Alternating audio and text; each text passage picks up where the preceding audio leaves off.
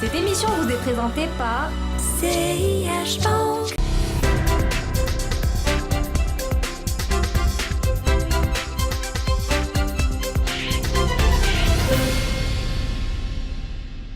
Bonjour, bienvenue dans ce nouveau numéro de l'Hebdo des marchés. Cela ne vous a sans doute pas échappé cette semaine, le secteur financier marocain a présenté en marge de la COP22 une feuille de route pour le climat. Beaucoup de choses ont été annoncées, beaucoup de choses ont été dites. Quels sont les principaux axes à retenir de cette feuille de route? Nous vous proposons un reportage sur la question. حصريا عند سياش بنك كود 30 أول حساب مجاني لجميع الشباب أقل من 30 سنة. CIH Bank. La banque de demain, dès aujourd'hui.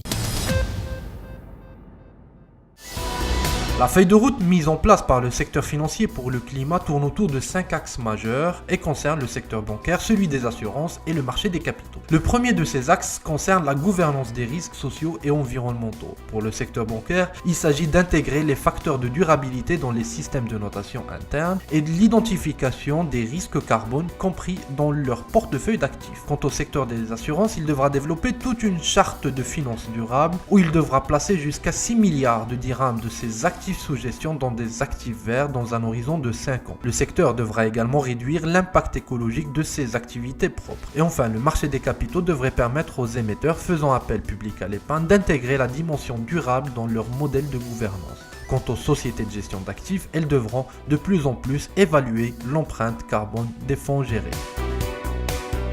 Alors que le deuxième s'intéresse plus aux produits et instruments financiers dédiés au développement durable. Là aussi, il est décliné sur les 3 secteurs, avec en priorité le secteur bancaire qui devrait mobiliser des ressources vertes à travers des fonds internationaux ou encore des émissions de green bonds pour développer des produits d'épargne vert et des offres de financement dédiées. Il devrait également, ce secteur, mettre en place, au besoin, un mécanisme de refinancement de prêts à destination des projets éligibles. Quant au secteur des assurances, il devrait développer, et c'est la mesure phare pour ce secteur concernant ce deuxième axe, des produits d'épargne vert avec un objectif de 500 millions de dirhams par an. Il devrait également élargir l'offre de la couverture des risques aux risques climatiques. Et enfin, le marché des capitaux devra créer des véhicules d'investissement spécialisés pour mobiliser l'épargne à destination des investissements durables et favoriser l'émission de green bonds.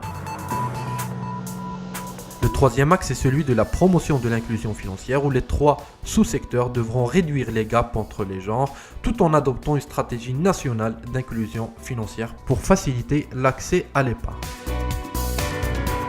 Le quatrième axe, appelé axe du renforcement des capacités, permettrait en gros d'améliorer les connaissances des opérateurs du secteur sur les risques environnementaux. Et enfin, le cinquième et dernier axe, celui de la transparence et de la discipline de marché, se décline beaucoup plus sur le secteur bancaire et celui du marché des capitaux. Le premier, le secteur bancaire, devrait permettre aux banques, aux établissements de crédit de publier de plus en plus un rapport spécifique sur les politiques de durabilité, notamment la manière dont les processus de prise de décision de crédit prennent en considération des critères sociaux. En face, le marché des capitaux devrait exiger des émetteurs une note relative à l'impact environnemental et social de l'activité. Cette mesure sera par la suite généralisée à l'ensemble des sociétés faisant appel public à l'épargne. Un guide pour les green bonds a déjà été établi par la MMC et il faudra également compter sur la mise en place d'un indice ESG, responsabilité environnementale, sociale et de gouvernance, par la bourse de Casablanca, regroupant des valeurs cotées qui répondent à certains critères.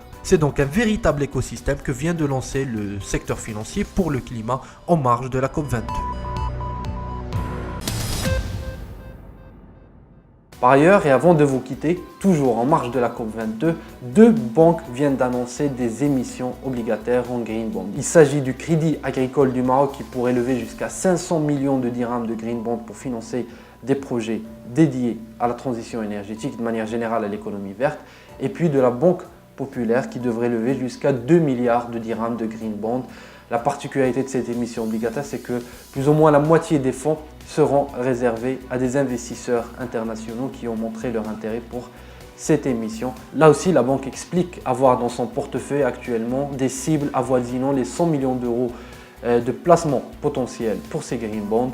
Donc on attend les jours à venir et la publication des notes d'information définitives pour ces 2 banques pour porter le total des banques qui ont fait appel public à l'épargne dans le cadre des green bonds à 3. Il s'agit de BMCE BOA, du Crédit Agricole du Maroc et puis de la Banque Populaire. Voilà, mesdames, messieurs, il ne me reste plus qu'à vous souhaiter un très bon début de semaine. Ne l'oubliez pas, l'actualité se poursuit sur Bourse News. À bientôt.